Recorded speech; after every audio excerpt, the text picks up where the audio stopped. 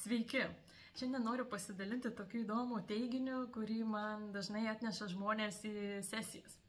Tai kai įvyksta skaudus įvykis, situacija, kuri yra sunki, žmonėms natūraliai kyla klausimas, kodėl tai įvyko, kodėl man. Ir trečias toks teiginys būna, tikriausiai mane nubaudė Dievas už praeities klaidas.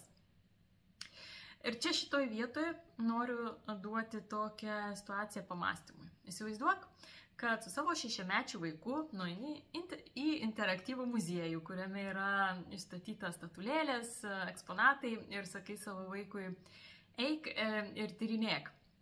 Ir tas vaikas betyrinėdamas sudaužo statulėlę. Ir tu nieko nesakai, parsivedi tą vaiką namo ir gyveni toliau. Ir kai tavo vaikas švenčia 16 gimtadienį, tu išsitrauki diržą, prilupi tą vaiką ir pasakai, čia vaikeli tau už tai, kad tu prieš 10 metų interaktyviam muziejui, kur aš tau sakiau, eik ir tyrinėk, sudaužei statulėlę. Na čia tau bausmė. Tai mes labai analogiškai galvojam apie Dievą. Ir aš to vietoj noriu pasakyti, palikit jūs tą Dievą ramybėj. Ar jūs įsivaizduojat, kad jis neturi ką veikti? Skaičiuoja mūsų kažkokius įvykius, davęs mums laisvą valią ir paskui sako, o dabar aš tave nubausiu bjaurybę. Na? Ir dar ne iš karto, bet dar po kokių 10 metų. Tai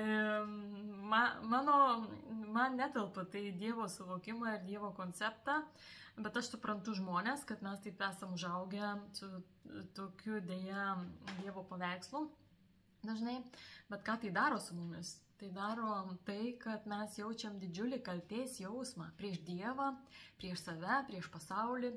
Ir kai jaučiam kaltės jausmą, žinoma, užsidaro labai daug mūsų resursų, užsidaro finansinės galimybės, nes mes jaučiamės neverti, kad ateitų gausa, turtai, mes tai nusidėliai, bausmė.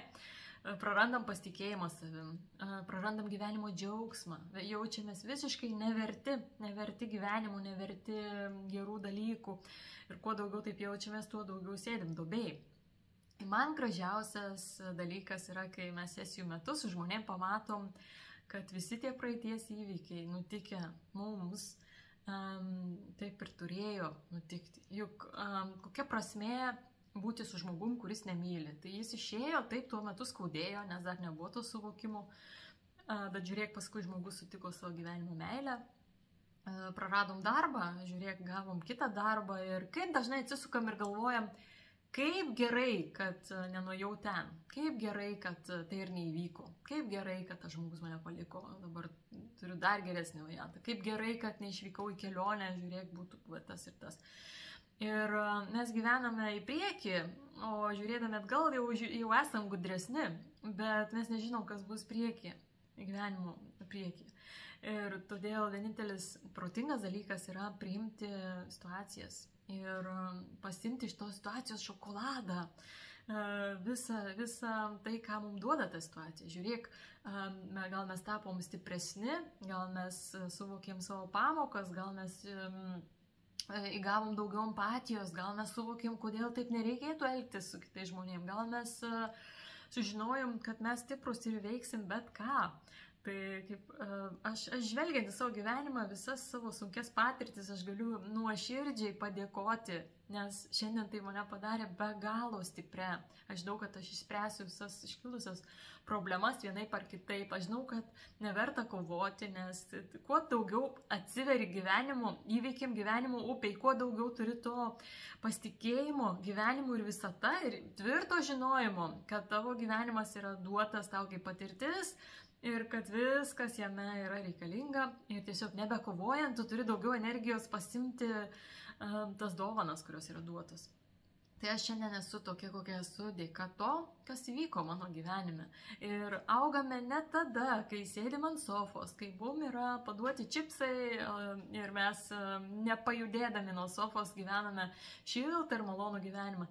Mes augam tada, kai susiduriam su iššūkiais. Ir kai mes tuos iššūkius priimam kaip mūsų stiprybę, kaip galimybę augti, tada mes ir augam, tada mes ir tobulėjam, stiprėjam, patiriam. Juk ar įdomu kalbėti su žmogum, kuris nieko gyvenime nepatyrė, jokio sunkumo, visada buvo lepinamas, jam viską davė tėvai, paliko palikimą, nereikėjo dirbti, susidirbti, kristi duobės, atsistoti, Ant tokiu žmogum net neįdomu kalbėtis, net neturi ką papasakoti ir žmogus nepraėjęs sunkių situacijų, jis nežino, kaip valdyti tą gyvenimą, jis paskui palūžta, jeigu įvyksta gyvenime sunki situacija.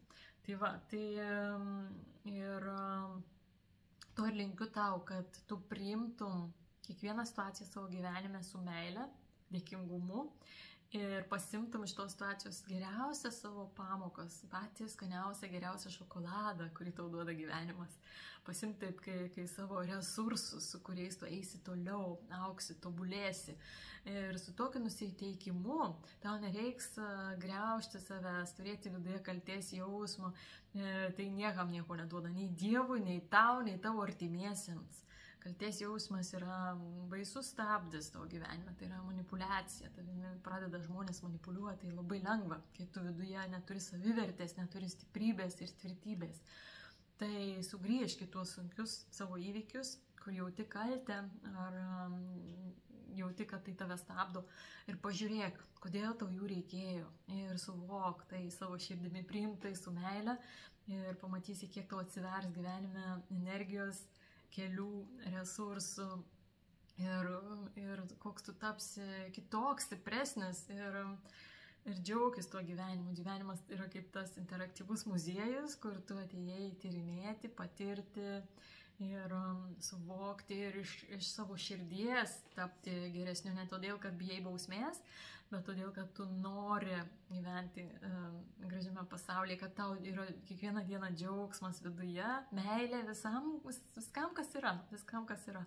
Ir kad linkiu labai, kad tavo Dievas būtų ne tas baudėjas, kuris tau uždeda kaltės akmenį, o kad tavo Dievas širdyje būtų meilė, visiška, begalinė, didžiulė meilė. Ir tada ir tu tą meilę neši, skleisi ir dalinsies su kitais. Tai to ir linkiu tau.